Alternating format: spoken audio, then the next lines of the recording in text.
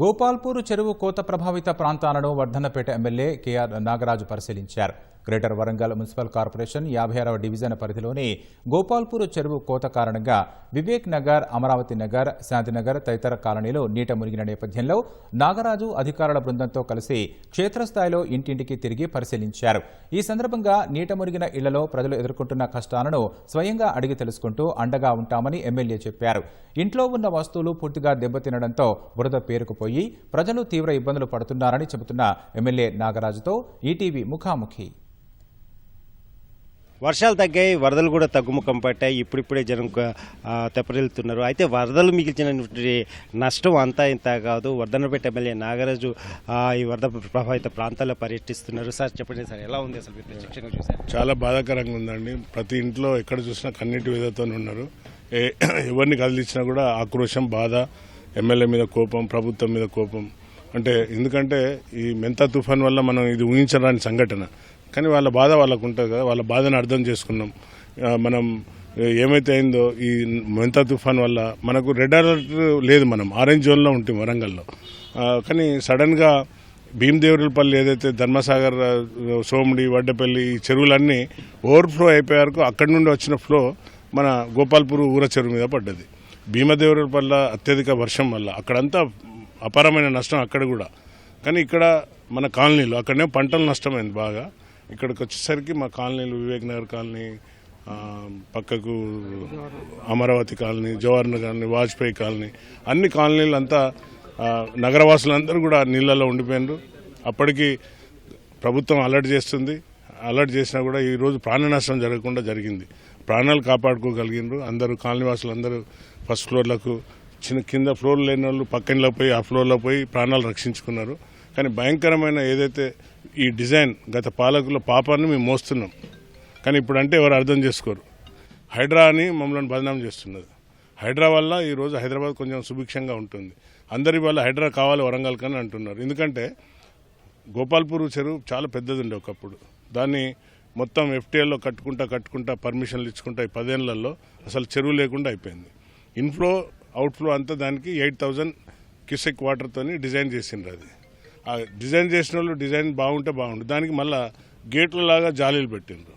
దాంతో ఏమైంది, ఈ పైనుండి వచ్చిన వరద అబోవ్ 15,000 అబోవ్ క్యూసెక్ వాటర్ వచ్చి 8,000 + 15,000 కలిపి అక్కడ పోయేసరికి అక్కడ గుర్రపు డెక్క చెత్త అంతా పోయి జాలీలో తట్టి వాటర్ వెనుకకు కొట్టి కట్టలు దిగడం స్టార్ట్ అయింది. 3 దిక్కులా బ్రీచ్ అయింది. ఆ వాటర్ అంతా అసలు కాలనీలో వస్తుందని ఎక్స్పెక్ట్ చేయలేదు. నాకు సుమారుగా 3:30కు ఫోన్ వచ్చింది, అన్న కట్ట తెగుతుంది, ఏమన్నా అధికారులను పంపండి అంటే కలెక్టర్ గారిని, పోలీసు వాళ్ళను, రెవెన్యూ శాఖను అందరినీ అలర్ట్ చేసిన. పోయి చూడండి అంటే వచ్చే పరిస్థితి లేదు. వాటర్ బీభత్సంగా వస్తుంది. రెస్క్యూ టీమ్స్ అన్నీ కూడా మన పర్వతగిరి, వర్ధన్నపేటలో ఉన్నాయి. అక్కడ చాలా రైతులు పంట అపారమైన నష్టం జరిగింది. రెస్క్యూ టీం అంతా అటుండే వరకు వరంగల్లో ఉండే. నిన్నంతా రెస్క్యూ టీం వరంగల్ అంతా మునిగిపోయింది. అసలు ఇది ఊహించరాని సంఘటన. ఈ చెరువు తెగుతుంది అనుకోలేదు. ఈ చెరువు తిరిగి మొత్తం కాలనీలకు వచ్చేసరికి రెస్క్యూ టీం రావడం లేట్ అయిపోయింది. 7 గంటల వరకు వచ్చినా కూడా ఆ ప్రవాహానికి ఎదురుపోలేకపోయిండ్రు. ఇక ఇవాళ నైట్ నుండి నేను వచ్చేసి ఫుడ్, వాటర్ అన్నీ సప్లై చేసుకుంటున్నాం. జరగరాని సంఘటన చాలా బాధాకరం. గత పాలకుల పాపం. ఆ గోపాల్పూర్ చెరువును మొత్తం రివిట్మెంట్తో కట్టకుండా నామమాత్రానికి ఖజానా నింపుకోవడానికి, వాళ్ళ జేబులు నింపుకోవడానికి కట్టిన ఆ డిజైన్ ఏదైతుందో ఆ డిజైన్ వల్ల ఈరోజు కట్ట తెగిపోవడం జరిగింది. యాక్చువల్లీ దీనికి 2 దిక్కులా కడితే బాగుంది. ఎస్ టైప్లో కట్టింది. ఆ వాటర్ వచ్చింది ఇట్లా టర్న్ అయ్యి ఇట్లా పోవాలంటే మీకు తెలుసు వాటర్ ప్రభావం ఎట్లా ఉంటుంది. ఎక్కడ ఉంటే అక్కడ కొట్టేస్తుంది అది. ఆ ఎస్ ప్రభావంలో వచ్చిన వాటర్ డైరెక్ట్ కాలనీలకు ఉన్నది. ఆ కట్టను కొట్టేసి కాలనీలకు వచ్చినాయి. ఈ కాలనీతో మళ్ళీ సమ్మయ్య నగర్ మొత్తం మనం ఏదైతే వాళ్ళు డిజైన్ చేసిన దాంట్లో నీళ్ళే పోలేదు. 100 ఫీట్ రోడ్ ప్రధానంగా డ్యామేజ్ అయింది. మొత్తం డ్యామేజ్ అయింది. ఎందుకంటే వాటర్ అంతా రోడ్ మీదకి వచ్చేసింది. కాలనీలోకి వచ్చి ఇప్పుడు అది ఆ డెత్ అయితే ఏది ఉందో ఆ డెక్త్ను వాళ్ళు కరెక్ట్గా క్లీన్ చేసి ఉంటే, దాన్ని తీసేసి ఉంటే, ఆ జాలి పెట్టకుంటే వాటర్ ఫ్లో వెళ్ళిపోతుండే. ఆ డెక్ నుండి ఆ గుర్రపు డెక్ అంతా పోయి దాన్ని ఆపి ఆ వాటర్ రివర్స్ కొట్టి మొత్తం రోడ్ మీదకి వచ్చి రోడ్ అంతా బీచ్ అయిపోయింది. మొత్తం సరే రోడ్ పోనీయండి, రోడ్ బాధలేదు, మళ్ళీ వేస్తాం, ప్రభుత్వం మళ్ళీ వేస్తుంది. కార్స్, 2 వీలర్స్, ఎలక్ట్రానిక్ ఐటమ్స్, అన్ని ఈవెన్ ఫుడ్ రైస్ కూడా మొత్తం డ్యామేజ్ అయింది. కొంచెం ముందస్తుగా ఏదైతే వర్షాలు వస్తున్నాయన్నదో ఆ గుర్రపు డెక్క ముందే క్లీన్ చేయడం లేదా ఈ గేట్లు ఎత్తేయడం ఇలా చేస్తే ఈ వరద అనేది కాలనీలకు వచ్చి ఉండేది కాదని స్థానికులంతా కూడా చెప్పారు. ఇది కరెక్ట్ అండి, మీరు అనేది స్థానికులంతా అదే అంటున్నారు. I'm not a irrigation engineer, నాకు ఇంజనీర్ చదివినని కాదు, నేను గ్రాడ్యుయేట్. కానీ సెన్స్ ఉంది, ఆ సెన్స్తోని ఈ చెరువుకి ఎప్పుడో ప్రమాదం ఉందని ఇక్కడ ఒక సమితి, స్పెషల్గా ఒక పోరాట సమితి చెరువు మీద కొట్లాడుతున్నారు. హైకోర్టులో కూడా వాళ్ళ పెండింగ్ ఉంది. చెరువును రక్షించుకోవాలి, చెరువును రక్షించుకుంటే మనం బాగుంటుందని ఈ కాలనీవాసుల్లో దశరథం అండ్ పార్టీ అందరు కూడా దానిపైన హైకోర్టులో కూడా రిట్ వేసారు, పిల్ పెండింగ్ ఉంది. మేము కూడా ఒక డిజైన్ చేసినాం, రివిట్మెంట్తో కడితేనే దీనికి సేఫ్టీ ఉంటుందని నేను డిజైన్ తయారు చేసి ఇరిగేషన్ వాళ్ళని పిలిపించి రివిట్మెంట్తో తయారు చేసిన అది పెండింగ్ ఉంది. అది కూడా శాంక్షన్ అవుతుంది అనుకున్నాం. కానీ ఈ సంఘటన అనరాని సంఘటన, జరగరాని సంఘటన ఇది జరిగింది. ఇన్ ఫ్యూచర్లో ఇప్పుడు కళ్ళు తెరిపించిండు. ప్రకృతి అనేది దాన్ని ఎవరు కూడా మనం దాంతో పోట్లాడలేము.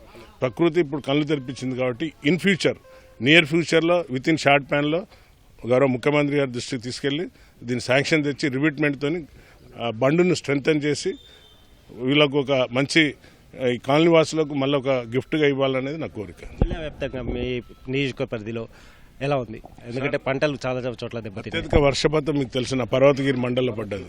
మా రైతులంతా కూడా ఏడుస్తున్నారు, అన్న రండి రండి అని. కానీ నేను నిన్నటి వరకు హైదరాబాద్లో ఉంటేనే అది ఆ ప్రోగ్రాం క్యాన్సిల్ చేసుకుని వచ్చినాను.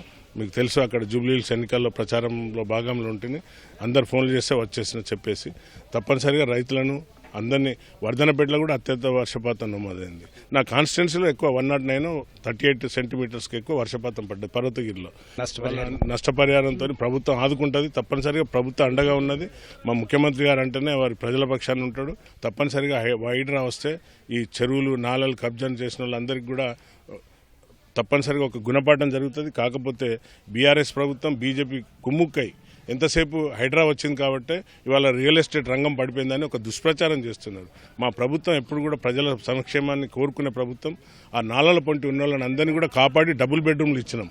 ఈరోజు వాళ్ళందరూ కూడా సంతోషంగా ఉన్నారు. మహిళలు ఎవరైతే పేడ్ ఆర్టిస్టులతో తిట్టించిన ఛానల్స్ ఉన్నాయో వాళ్ళ మీద ముఖం మీద దెబ్బ కొట్టినట్టు చెంపపెట్టులాగా ఉన్నది. తప్పనిసరిగా వరంగల్ కూడా వస్తుంది. అలాగే మేము అందరం ఎమ్మెల్యేలను కలిసి 403 కోట్ల వరకు సుమారుగా శాంక్షన్ వచ్చింది. అయితే దీన్ని కాంటూర్స్ లెవెల్స్ తీసుకొని డిజైన్ చేస్తున్నారు. డిజైన్ కూడా అయిపోయింది. అతి త్వరలో వర్క్ స్టార్ట్ అయ్యేది ఉండే. దురదృష్టకరం ఈ సంఘటన జరగడం. తప్పనిసరిగా ఈ యొక్క స్టామ్ వాటర్, అండర్ డ్రైనేజ్ వీటన్ని దృష్టిలో పెట్టి మా ముఖ్యమంత్రి గారు మంచి ఒక 50 years ఫ్యూచర్ ప్లాన్ చేసుకొని రమ్మన్నారు. అది ఇంజనీర్లు ఒక ప్రైవేట్ సంస్థకి ఇచ్చిండ్రు. అది జరుగుతుంది. తప్పనిసరిగా వరంగల్ను ఇన్ ఫ్యూచర్లో కూడా కాపాడుకునే దిశగా మా ఉన్న 10 ఏళ్ల పాలనలో మేము ఉంటాం. తప్పనిసరిగా కాపాడుకుంటాం. ధన్యవాదాలండి. భవిష్యత్తులో ఈ వరదల ముప్పు లేకుండా, వరదల సమస్య లేకుండా చర్యలు చేపడతామని ఎమ్మెల్యే నాగరాజు చెప్తున్నారు. అలాగే బాధితులందరినీ కూడా ఆదుకుంటామని చెప్పేసి వారు అంటున్నారు. కెమెరామెన్ ఇస్మాయిల్తో రవిచంద్ర, ఈటీవీ న్యూస్, హన్మకొండ.